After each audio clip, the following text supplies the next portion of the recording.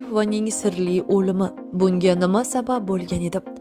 Assalomu alaykum aziz muxlis. Agarda kanalimizda mehmon bo'lsangiz, kanalimizga obuna bo'lishni va shou biznes yangiliklardan birinchilardan bo'lib xabardor bo'lish uchun video ostida bir dona like tugmasini bosib qo'yishni unutmang.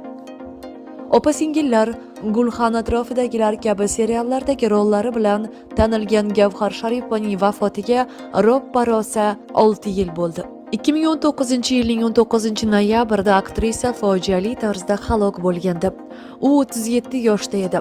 O'zbekiston telekanalining bir jinoyat izidan ko'rsatuvining navbatdagi qismida Gavhar Sharipovaning o'limi tafsilotlari va uning vafotidan oldin tushkunlikka tushish sabablari haqida yaqinlarining fikri namoyish etildi.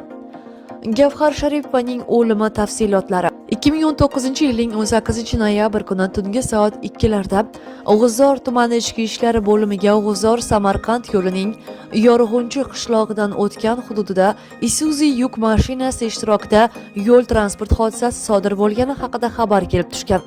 G'uzor tumani tez tibbiy yordam shifokorlari Hayit Kulsalomovaning aytishicha, voqea joyiga 2:40larda yetib borilganida u yerda ikkita Isuzu avtomobili yonida ikki yigit va yo'l chetida yotgan ayolga duch kelgan. Shu ayolni ko'rdik. Borib pulsini ko'rdim, qon bosimini o'lchadim va ko'zini ochib ko'rdim. Qora chiqlari kengayib ketgan edi, deydi shifokor. Hamshira Zebunisa O'rinovaning so'zlariga ko'ra, ayolning o'ziga keltirish uchun ammiak ham hidlatishgan. Yurak urishi to'xtagan ekan. Keyin yigitlarga pulsi yo'q ekan, o'lib qolibdi deb aytdim. Voqeani eslaydi Hayitkul Salomova. Uning aytishicha, ayolning ko'zdan kechirish vaqtida o'ng oyog'ining tovon qismida taxminan 4-5 sm shilinib, suyagi ko'rinib qolganiga guvoh bo'lgan. Chiroqchi tumani ichki ishlar bo'limi boshlig'i Aktamali Beshimqulovning aytishicha, tezkor tergov guruhi hodisa joyiga yetib borganda yo'l chetida ayol kishining jasadi yotgan bo'lgan. Biroz narida Isuzu yuk avtomobili yo'l chetida to'xtab turgan. Isuzu haydovchisi Toshkent shahri tomonidan harakatlanish vaqtida yo'lda noma'lum ayolning jasadini ko'rib, avtomobilni to'xtatganini ma'lum qilgan. Suhbat jarayonida uning ko'zlari joyida turmagani, rangi oqargani, gap orasida qaltiragani tufayli biz undan shubhalandik, deydi Aktamali Beshimqulov. Uning so'zlariga ko'ra, Isuzu avtomashinasining ichki va tashqi tomoni to'liq ko'zdan kechirilgan. Mashina ichidan topilgan soch to'lasi va barmoq izlari rasmiylashtirib olingan.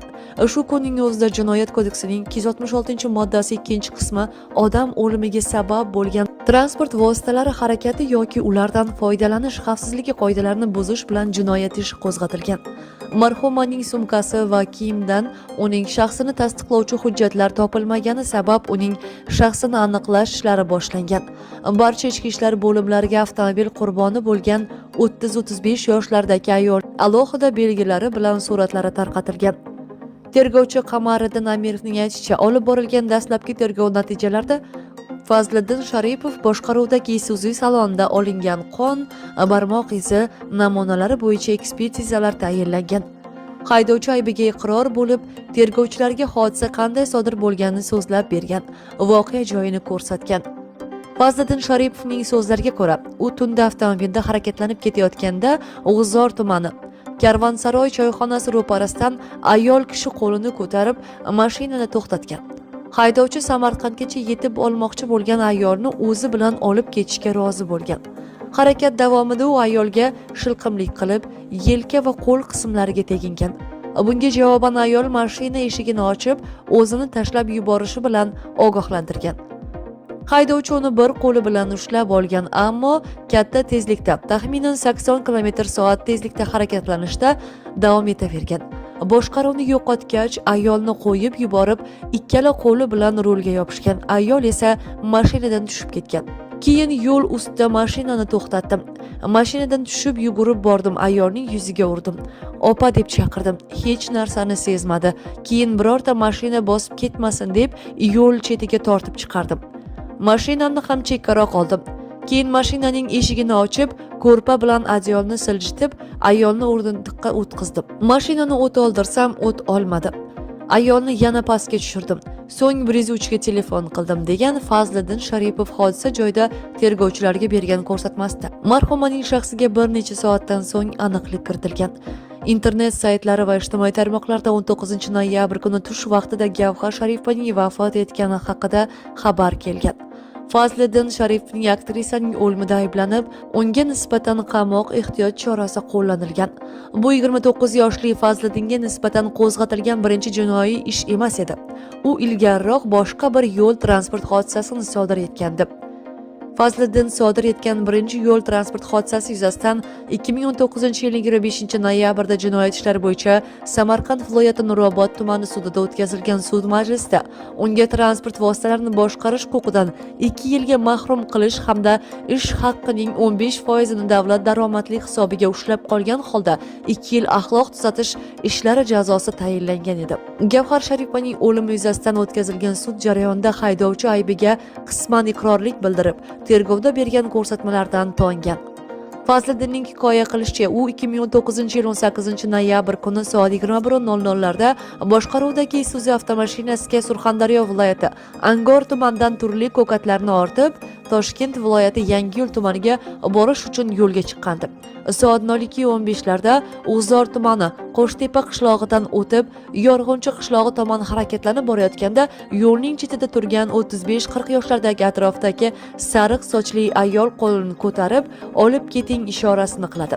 Fazliddin esa o'sha vaqtda boshqaruvdagi avtomashinasini tezligi soatiga 70-80 km bo'lgan bois ayol turgan joydan taxminan 70-80 metr o'tib to'xtaydi.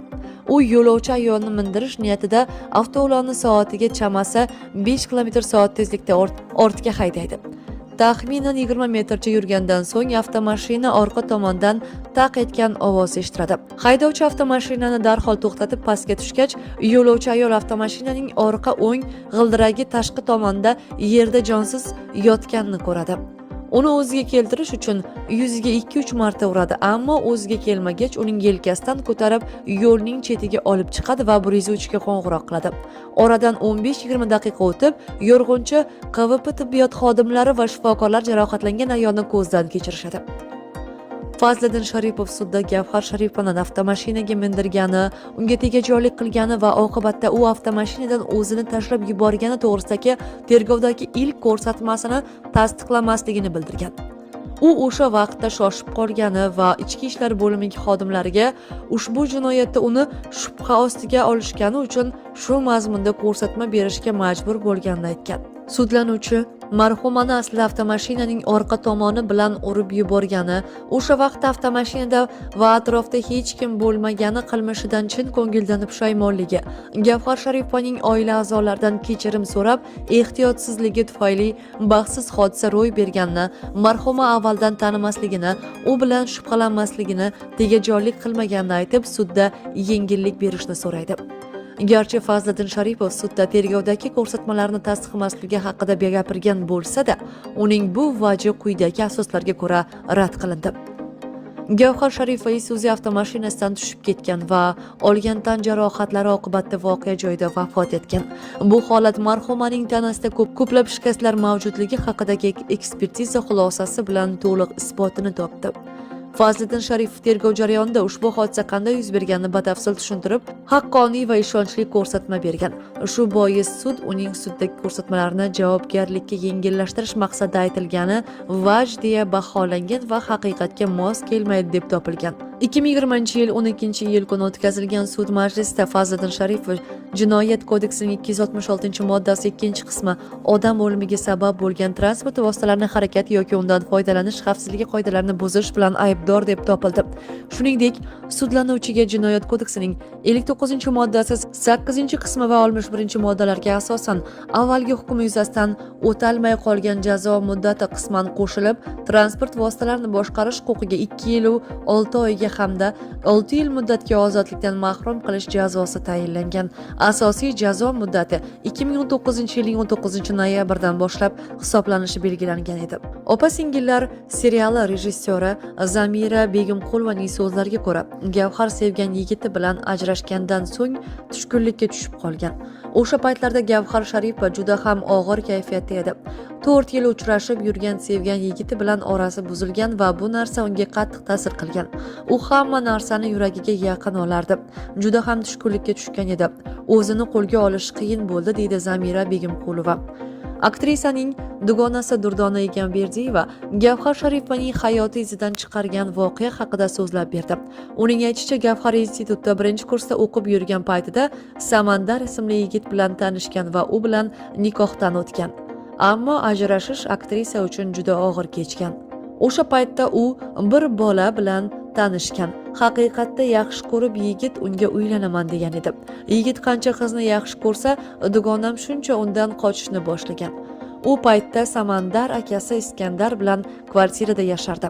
Keyin alohida kvartiraga turgan paytida Samandar u bilan nikoh o'qitgan. Yaxshi yashab yurgan, so'ng nimadir bo'lib Samandar uning talog'ini berib ketgan. O'shandan keyin hammasi izdan chiqib ketdi, deb eslaydi Durdona Egamberdiyeva. Durdona Egamberdiyevaning Samandar ismli yigitning kimligiga aniqlik kiritmadi. Ammo Daryoning shou biznesga yaqin manbalari gap xonanda va aktyor Samandar Hamroqulov haqida ketayotganini tasdiqlaydi. Samandar Hamroqulov Gavhar Sharipova bilan nikohlanganini hech qachon gapirmagan. Faqat Mirsodiqova bilan loyihasi doirasida bergan intervyusida Gavhar Sharipovani sevgani, ammo onasining qarshiligi tufayli unga uylana olmaganini aytgan edi. 2021-yilning avgustida YouTube'ga joylangan o'sha intervyuda jurnalist va Samandar ham Gavhar Sharipovaning ismini biror marta tilga olmagan. Ular aktrisa yoki u qiz jumladan foydalangan, biroq Samandarning u qiz va u bilan munosabatlarni so'zlab berayotgan vaqtida ekranda bir necha marta Gavhar Sharipovaning surati namoyish etilgan.